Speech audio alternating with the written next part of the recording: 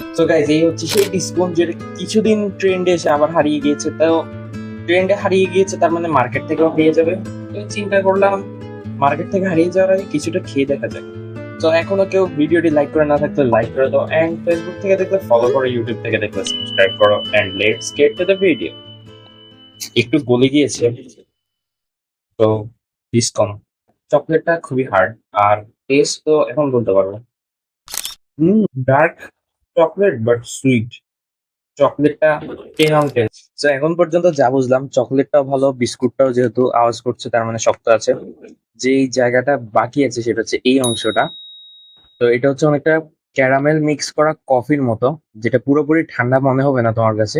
এই পুরো অংশটা চকলেট, হার্ড চকলেট, উপরে যে চকলেটটা ছিল ওইটাই গলে গেছে নাকি এটা লিকুইড আমি জানি না, বাট সিরাপ টাইপের চকলেট। সো যারা এই টাইপের আইসক্রিম পছন্দ করো তাদের জন্য তো একটা ভালো খবর।